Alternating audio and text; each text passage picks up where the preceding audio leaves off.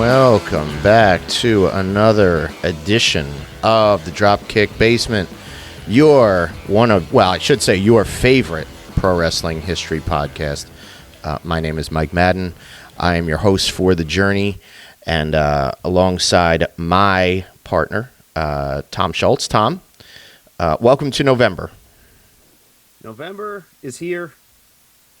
We're stuffing some turkeys. We're getting early. Ready for oh yeah. It's turkeys all month. Okay. Get the gobblers going. Oh no, I really like a gobbler. Perk up your ears, local advertisers. I'd really like a gobbler before the Thanksgiving kicks fest, in. Baby. That's right. Not mention anybody specifically, but if you have a gobbler on your menu, Dropkick Basement wants to be in business with you. So we're in November. We're fast approaching. Actually, I don't want to say fast approaching the end of the year, but fast approaching. Kind of a for the wrestling business. Usually, like some good pay-per-views usually spring up around this time. Survivor Series, traditionally in the month of November. November used to be Starrcade month, as we've covered a few times. Oh, yeah.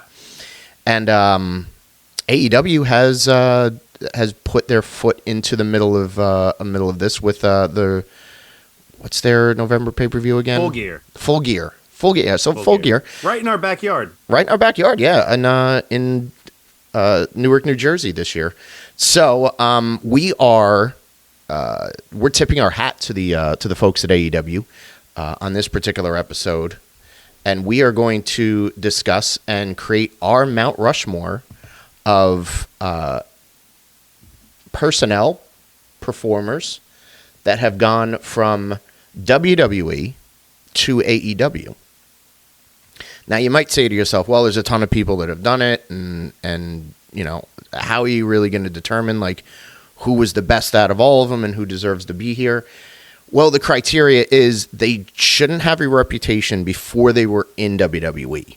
So they should be more or less like a homegrown WWE talent that didn't ply their trade on the indies too far reaching beyond their departure and transitioned into AEW and made an impact and held on as an impactful person at the in the AEW after their initial changeover or switch over to the AEW side. So thoughts so far, Tom, on who we might be coming across here. So without the parameters, I feel like that we've set forth, I feel like it's a pretty cut and dry answer. Mm-hmm. Oh, sure. Yeah. So putting the parameters that were put on it does make it a little bit more interesting, and I may bend the rules slightly. Okay. But I have reasons why, and things to back it up. So I would like to hear yours first because I want to see where you're going with this. Okay. All right. So the four names that I'm going to throw on my Mount Rushmore, for sure, FTR makes it onto the Mount Rushmore. Add two faces on one stone. Yes. Of the Mount Rushmore. I'm not going to say like Dax and Cash because honestly, conjoined twins. If you were going to do that and you were going to say like you can't do tag teams, you only have to have one guy. Sorry, Cash, you're going to be off, and Dax would still make it. Yeah. Because I think Dax has really flourished since coming over to AEW and has proven that he's got a lot more than just the guy that's leading a tag team or the main guy in a tag team. Underneath his belt. But the two of them have been outstanding. Arguably the best tag team in the world currently. They came into the company as probably the best tag team in the world, and they've proven they've had great matches. They've had compelling feuds. They've had enough time to cut promos. They've turned from heels to baby faces back. So they've certainly they've got these folk hero statuses in AEW where you can expect if there's something, if there's a feud that's happening and you need backup or representation, they're going to be two of the most solid hands that go up and volunteer to join a team AEW for a War Games match or a Blood and Guts match. Sorry, something like that. So so they both of them, Dax and Cash, certainly belong on the Mount Rushmore of WWE to AEW transplants. Yeah, I agree wholeheartedly. So they start off. My second one, it might be controversial, but I'm thinking long term, and I know it's only been a short little sample that we've gotten, but I think long term, and I think the outreaching talent and charisma, I think Mercedes Moné in the long term will end up getting a lot of eyeballs on the product that weren't there before. She's not connected, per se. And I even Jim Ross said something, this week or last week saying that although there's a lot of talent there, it really hasn't been gangbusters out of the block. She's been there for 6 months, 7 months, something like that. So it's still sort of like a, hey, let's get the fire lit right now and let's see what we can do. She's had some good matches. I think the match that she had with Nyla Rose on TV, just before, I think it was before All In, was phenomenal. Her and Nyla have, and she has great chemistry with certain girls there. Not everybody, but certain girls there. And I think but there's sort of this, the notion of AEW got the best women's wrestler free agent that was available, and having her come 100%. In and do her thing certainly is going to be, it's going to be something to watch. And I think that she's just the right situation away from being head and shoulders above anybody else in that women's division and being a key property for them. So, I think they just haven't matched her with the right person yet. And that's for a long-term angle. Yes. As far as making an angle happen. And I think she's got a little bit too much, stage fright when it comes to really delivering that money promo, or Monet promo, as it may be referred to. But she's again, she's a 5-tool player when it comes to that stuff, and I think as soon as she can sink her teeth into something that's really good, I think she's going to be important. So that's why I would put her up there. My next one. Oh, go ahead. Okay. Oh no. All I was gonna say was she was a person that I flirted with putting on mine. Mm-hmm. It was just the brief period that we've had so far. And the fact that she hasn't reached the level. Mm-hmm. Okay. They've I would say they have shined the light on her as if she's the star that she was in WWE, but it doesn't feel like it yet. I don't think because they haven't matched her with the right person yet. And I also think that comes down to fan perception, because the fans. She starts off, she's a baby face, but she's obviously arrogant. She plays a heel better, and she always played a heel better than she played a baby face. But because of her size, her moveset is a baby face moveset. Yeah. So maybe she has to cheat a little bit more. Maybe she's really got to get dirty, or she's got to get a real angle where she creates some real damage and tugs on your heartstrings and makes that baby face more important by going up and... I think they were gonna propel her, she was gonna get propelled to that level with the Britt Baker feud, but Britt sucks. She's terrible.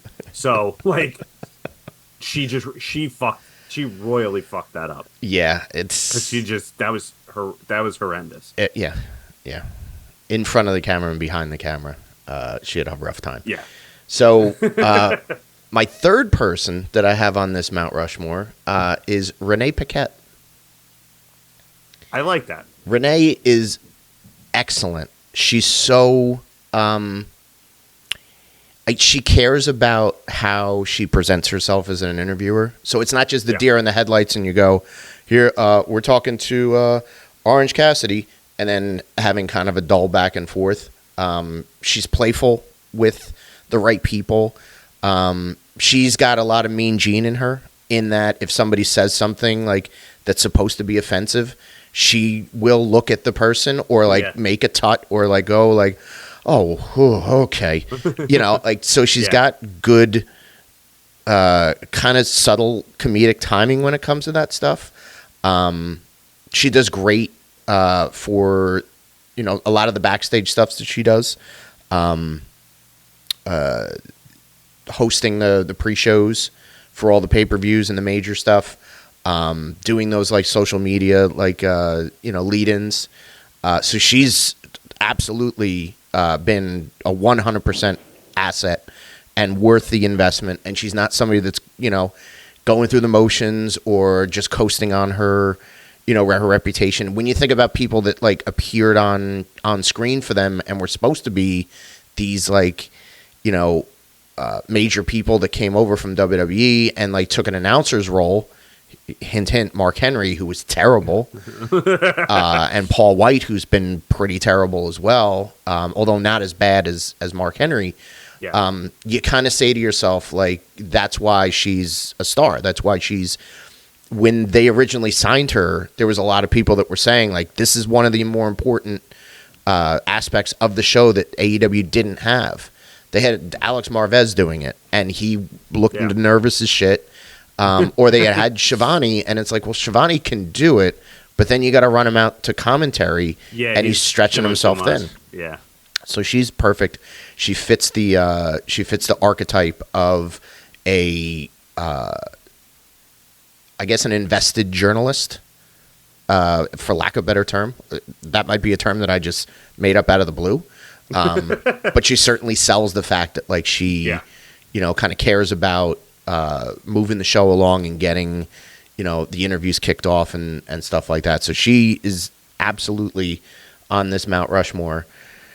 The fourth person is Christian.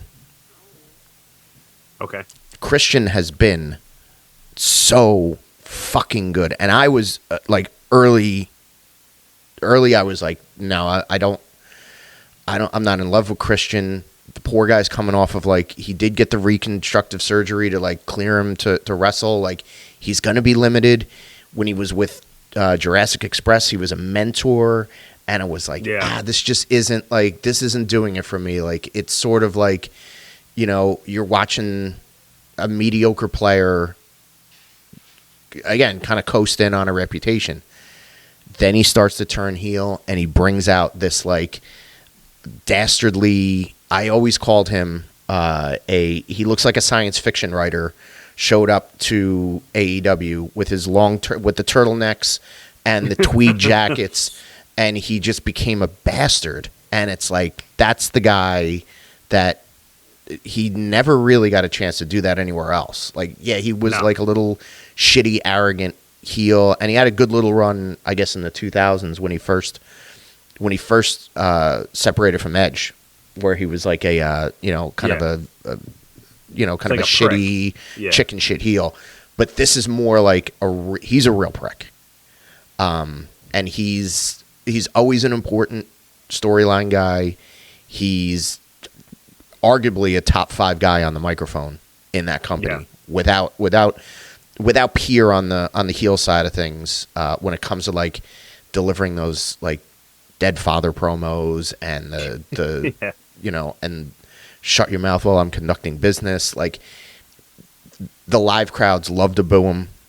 They'll pop if he inserts himself into the right situation. They will pop like crazy, but then they're waiting for him to just be an absolute asshole. As soon as he gets revved up, and in ring. Again, that's another guy that's he still wrestles WWE style, but they put him in a lot of these gimmick matches to kind of hide that he can't go he's not going to go toe to toe with Will Ospreay at all, or he's not going to. Oh no, he had some fucking good matches with Kenny Omega. There's no doubt, but Kenny had to bring himself down a lot slower to work Yeah, that's Christian. true. Yeah. And that's kind of a testament. Like he can get the other guy to adapt to him, and then they can still turn in good matches, above average matches. So he would be a guy that I would put on there. Closing out my Mount Rushmore, I will review just for the people at home. FTR, Mercedes Moné with the asterisks of the arrows pointing up on her, Renee Paquette, and Christian Cage. That's my Rushmore. Now over to you, Tom. Okay. All right. So I will say I have two. Okay. Two of the same people on my Mount Rushmore, so I might as well just go through them. Okay. Yeah. First, Thoughts? as you know, FTR, of course, same. Personally, I feel like the AEW tag team division was at its best when they were the focus of it. Yeah. I feel like it's kind of lost its way, and a lot of it feels like they haven't been being featured as prominently as they were. Yeah. I feel like them coming in, especially during like the COVID era, it really like because they were like were they before or after Brody? They were after, right? Yeah, I think they were after. So I think they were. If Brody was March, they were May. Okay, so it's very close. But like they were at the time before they jumped ship, they were floundering in WWE after being called up to the main roster, and everyone loved them in NXT. Yeah. So when they made that, when they asked for their release, were given it, and then the 90 days were up. When they showed up, it was like, holy shit, we get to see FTR and the Young Bucks. Right, yeah. Like everything that everyone was asking for 5 years. Yep. Was like, oh my god, we get to see the revival in the Young Bucks. It's here, it's happening. Yeah, Christmas morning. And I mean, they put on classic. I mean, I truly believe that their match with Juice and Jay White on like the first or second collision. Yep. Might be the best tag team match of all time. It's up there when it comes to as far as like televised 100%. like free television matches. Yeah. And then the trilogy that they had with the Briscoes in Ring of Honor AEW. Yeah. Like and you also forget that like they made the Guns important. Whether they're maintain that importance or not is but I still think like I think they're generous enough in how they approach things that they've been very versatile. And that's why like, they might not be the focus anymore, or they're in this like weird feud with like LIJ or Los Ingobernables de and I say LIJ, Los Ingobernables de Jake Roberts. But and eventually they're probably going to have a feud with the Outrunners and the Grizzled Young Vets. The Grizzled Young Vets, yeah. So I think that's kind of it's a hallmark to them that they can still be interesting when they're not the focus. But I also think that like them coming from what everyone considers to be the main company, coming to AEW and becoming the tag team champions after like the champions prior were Young Bucks, Kenny and Hangman, SCU, all indie guys. You know what I mean? Like it's all the indie guys, and it's like, okay, we just legitimized the titles. This is your major tag team has shown up. Exactly. Yeah, it felt bigger. Yeah, bigger than any other team that had come in at that point. And I think that to this day they're still doing great work when they're given the opportunity, which unfortunately I don't know if it's like backstage politics or what's going on. Maybe they just don't have anything creatively for them at the moment. I think it's because of the situation that we have with the tag titles with the Bucks and you can't keep doing that match. It's Right. I don't know what it is, but I mean, everything that they do, they always take full advantage of it and put out the best that they can. Right. Right. In the circumstances that they're given. Absolutely. Absolutely. And like you said, best tag team in the world. Yeah. Yeah. Right now. Right. Right. Also, remember, at one point, they dominated the tag team Forbidden Door scene when they were the AEW, the Ring of Honor, AAA, and the IWGP. They had more belts than anybody could stuff in a Halliburton briefcase. So between the two of them, they look like Ultimo Dragon in like 1996. So that's again, that's another thing where you can kind of like tip your cap to them that like they they worked hard enough and they established themselves that they're. And it wasn't like, oh, well, this is just a gimmick that we're giving these guys these belts. No, like legitimately, they deserve to be. And they were going to Japan. Yeah.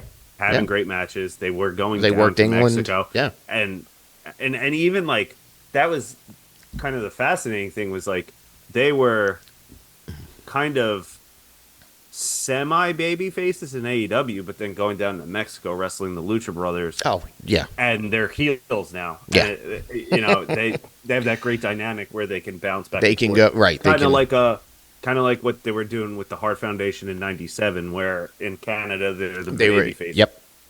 And then in America they're the heels. Yeah. Yeah. And I can't wait for them to turn on these Outrunner guys. Because I think I've said it a few times. I do not understand what these Outrunners are all about, and it's just like it's goofs. It's like ironic. It's like an ironic. Okay, it's like I understand they call themselves young guys. Yeah. It's like all like I don't know. I feel like that like Miami Vice.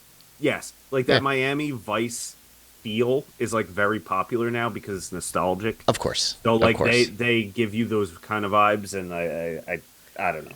I don't get it either. I want to they sell merch though. They remind me of the Dynamic Dudes of the old Jim Crockett promotion, and I just want the Midnight Express to like fucking clobber Dynamic Dudes and everybody to lose their fucking shit and be fucking into it. So. Continue on with your Rushmore. Right, Who else was your other copycat? The other one that I share with you is Christian. Mm-hmm. I mean, I personally feel like he's doing the best work of his career right now. Yes. Yeah. He's such a fucking piece of shit that it's like so fun to hate him. Yeah. Yeah. And I think that they're doing a great job in making Luchasaurus, who felt very once the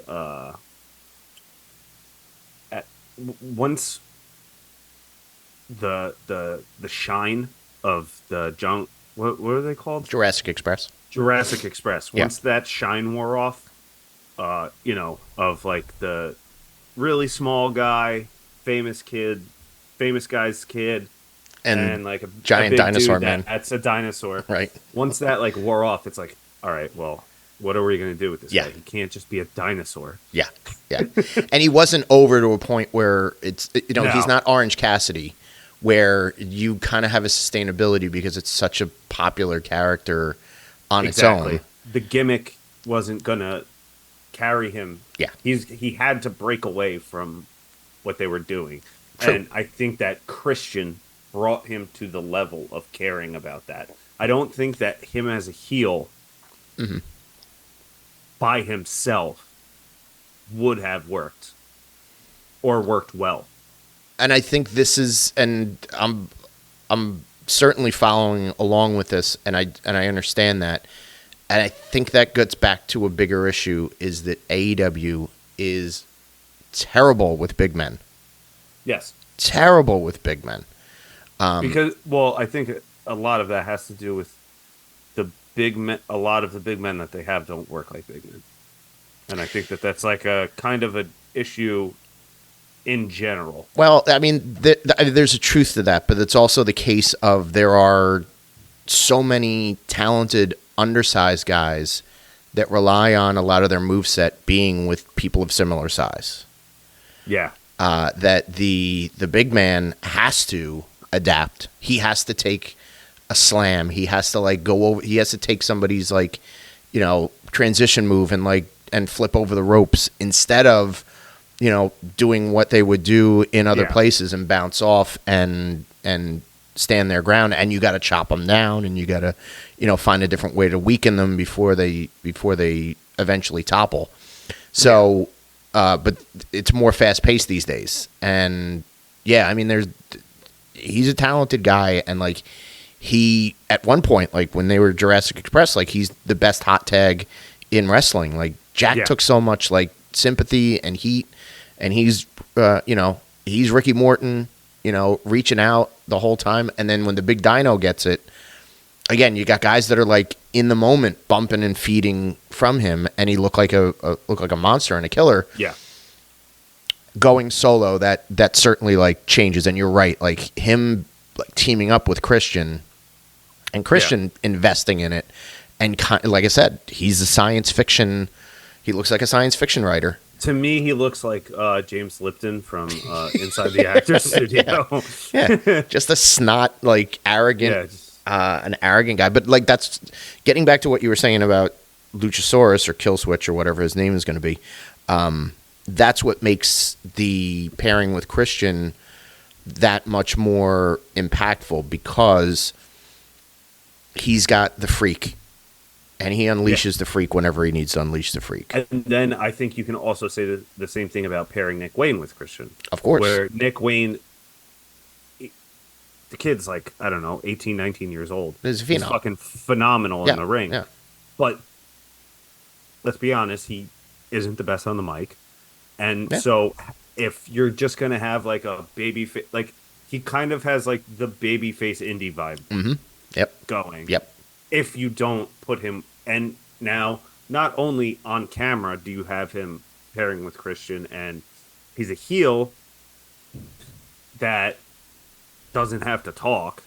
He all of the talking he essentially has a mouthpiece. He gets his marching orders from his surrogate dad.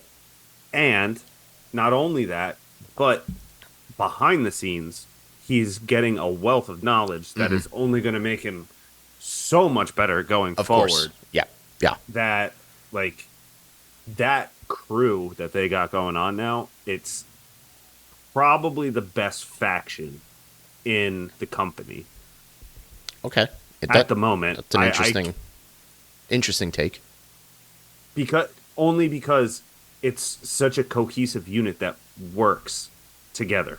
Like it only works with them, with those people that are put together. I don't think that if you take Christian out of it, obviously none of it works. Oh, it all falls apart. But like the three of them pieced together again with Nick Wayne's mom. Nick Wayne's mom, yeah. Which is hilarious. Showing up, and getting a slap in every once in a while, yeah. But he brings that whole thing together, and like everything that they're doing now with him chasing the title. He's got the contract, and he's gonna in an opportune moment at the most bullshit way possible. It's I think that like you said, when he first came in, I'm like, I don't know about this. Yeah. But the second he turned heel, it was whole new guy. Yeah, whole new guy. And I truly do think that he's doing the best work of his entire career. Agreed. All right, you got two more. All right, so now I got two more, and one I feel like is a glaring omission because he's the reason the company started. And although I'm not a fan, I would have to say that if you're talking guys that left WWE and not only went to AEW but started AEW, Cody Rhodes has to be. Okay, all right. Has to be on the Mount Rushmore. He almost made mine. The company doesn't exist. It doesn't exist without him. Okay, so continue to plead your case for Codester. Well, that is pretty much like the the crux of the argument is the company. I don't think that the Young Bucks, Kenny Omega, Hangman, all of them get to the notoriety on the indies that they get to without his help. I understand that Okay. they had a big following, but once that like the elite formed, Hmm. that took them to a whole nother level. And he's the linchpin to a certain extent. And he is the guy that brought the indies mainstream. Now you That's a can good point. say, okay, there's a few year gap in between when he left WWE to when AEW starts and all of that. Yeah, yeah. But the reason he became so big on the indies is because of his time in WWE. Like, Yes. there's no, Yeah. it's not as if like, oh, Cody Rhodes' son started wrestling, Yeah, or right. Dusty Rhodes' Dusty's, son, yeah. Dusty's son started wrestling. Yeah. Like, He started let's go out wrestling. and Yeah, say he was a developmental project he for them. started in the Yeah. developmental Yeah. system in WWE, and then got, I would say, to like a mid card, I guess you could say mid card status, and almost like became like a enhancement guy towards the end of his True. first run, Yeah. and now he's legitimately the biggest star in all of wrestling. And that's, again, I think a lot of that is a testament to what he wanted to do. And I think, you definitely make a compelling argument for him in there. And like, I would definitely put him through on it. If we're doing a composite Mount Rushmore, I think he would certainly belong on there. He was just sort of like, not under, I don't want to say under the radar, but he was certainly somebody that had he had a lot of potential to be a big time player in WWE. They just didn't see it, and there wasn't room for him. At the time, He did certainly.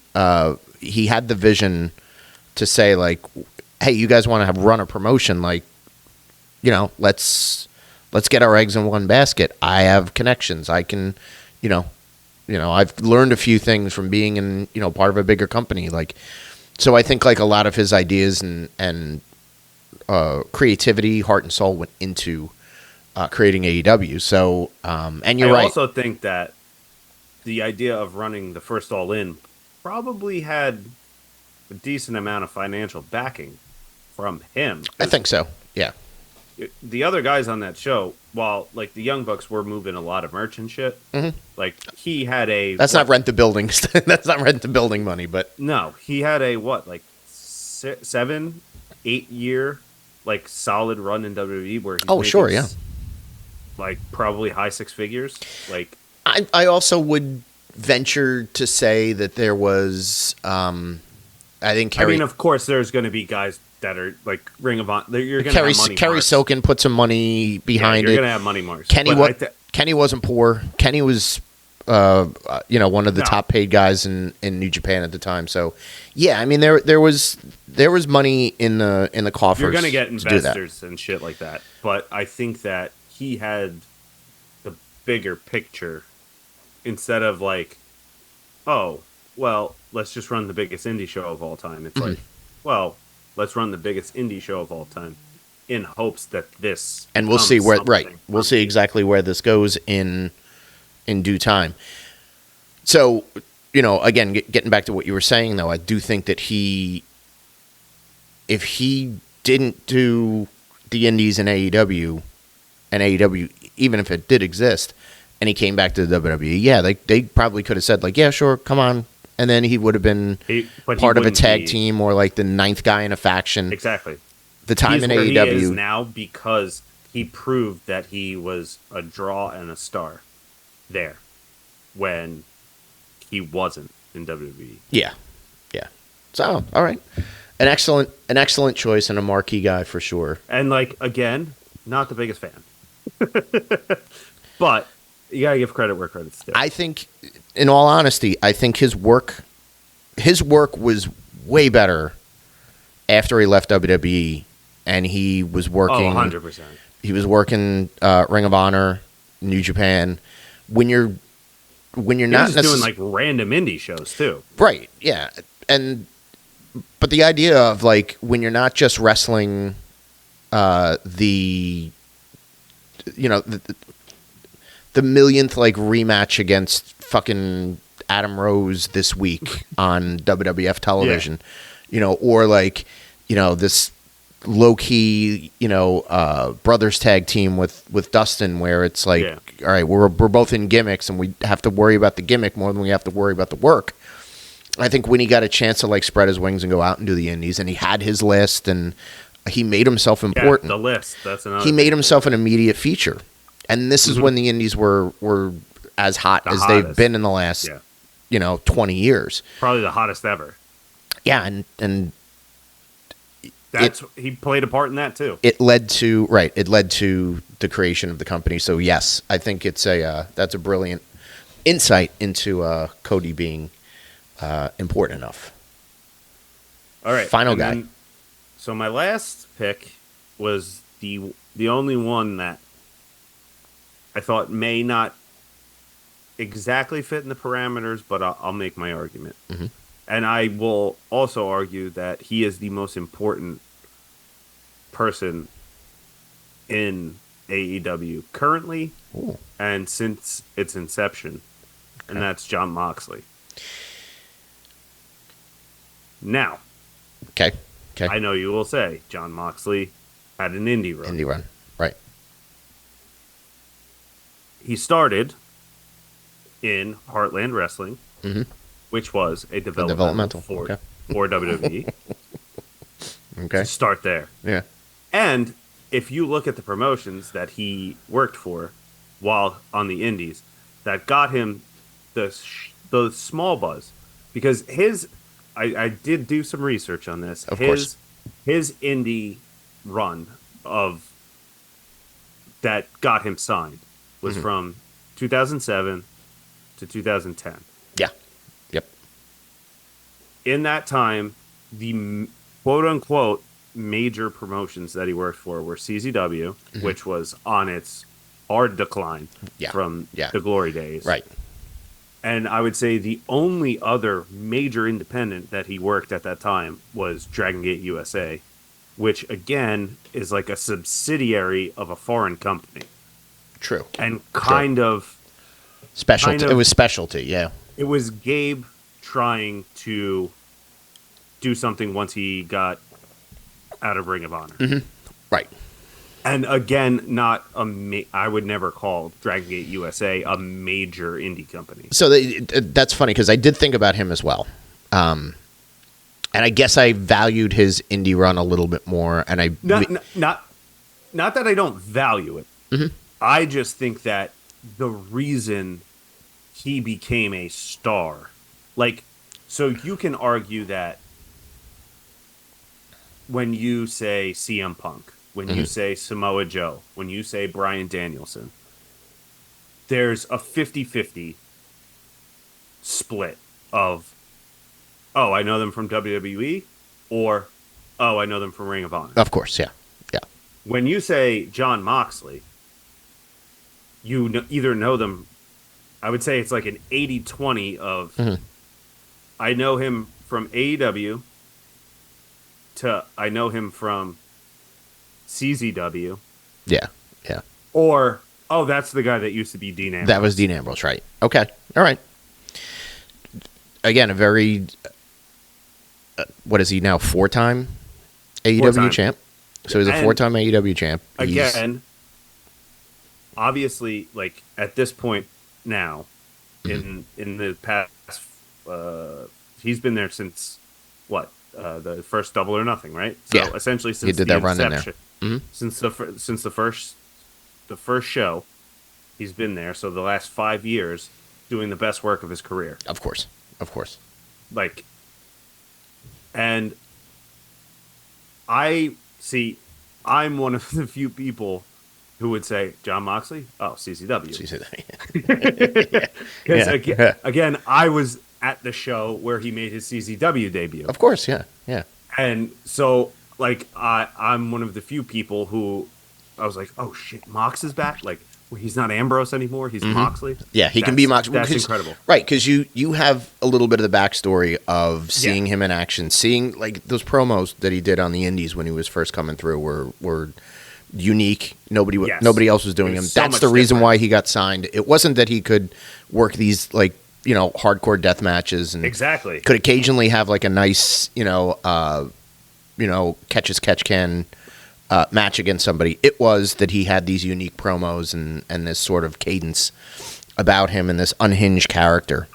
Yeah. So yeah, I mean that's the whole thing of when he got to WWE, they tuned it up. They cartooned it. They exactly what I think when he was in FCW, like some of the stuff you can see, like they certainly were trying to keep it as much a part of his character as possible because he had the jean jacket, and he had the sort of like matted hair that he had on the Indies.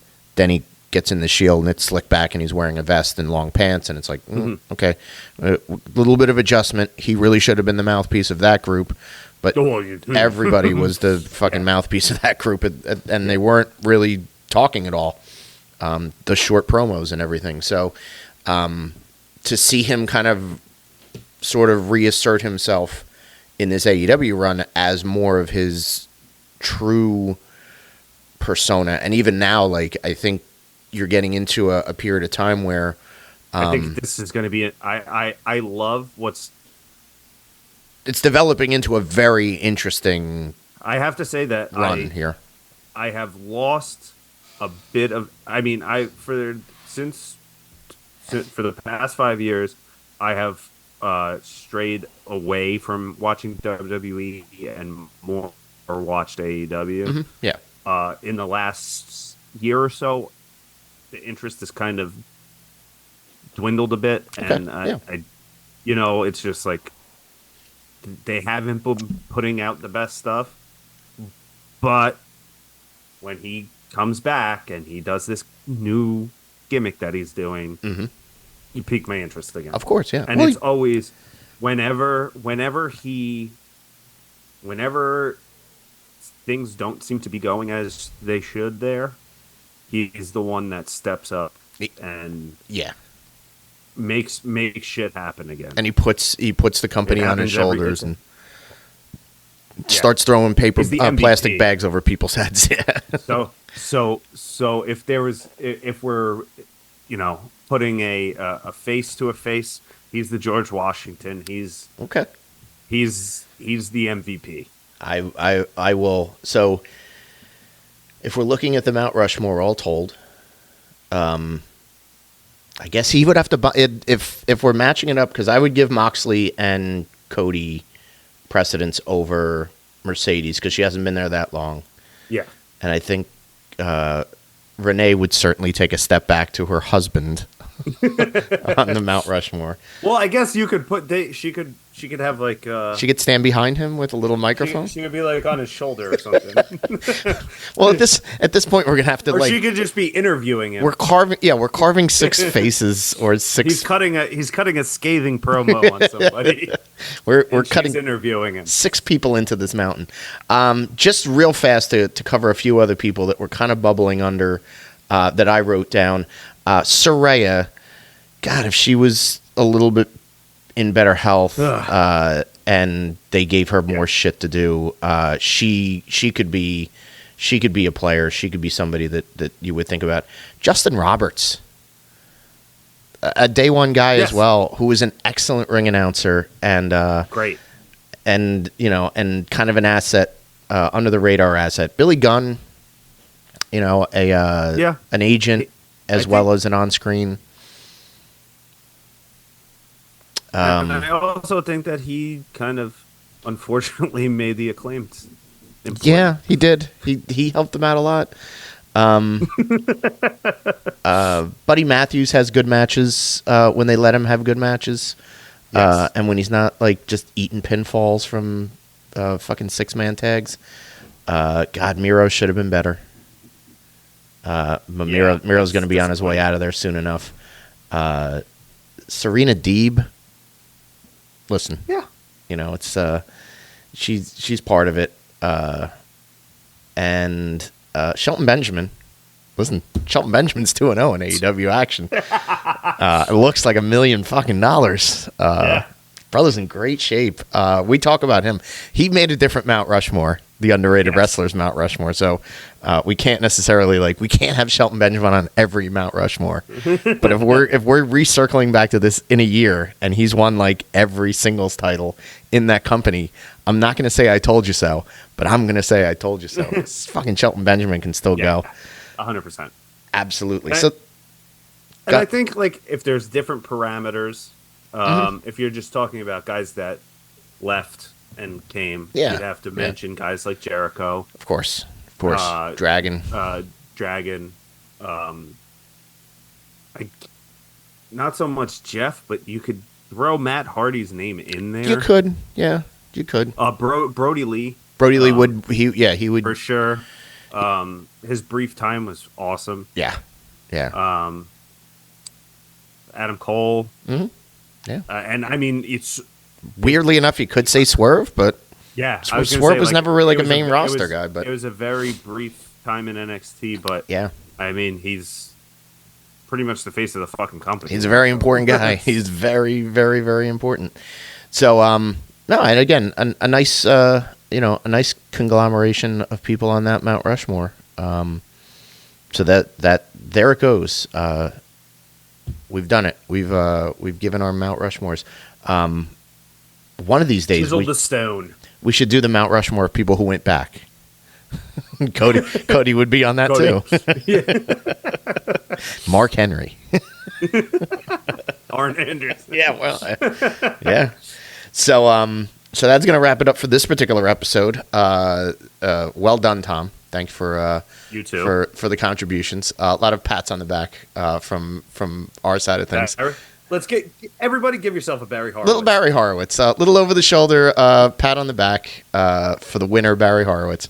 So that's gonna wrap it up for this episode. We hope you guys have a great night, and we will see you at the matches.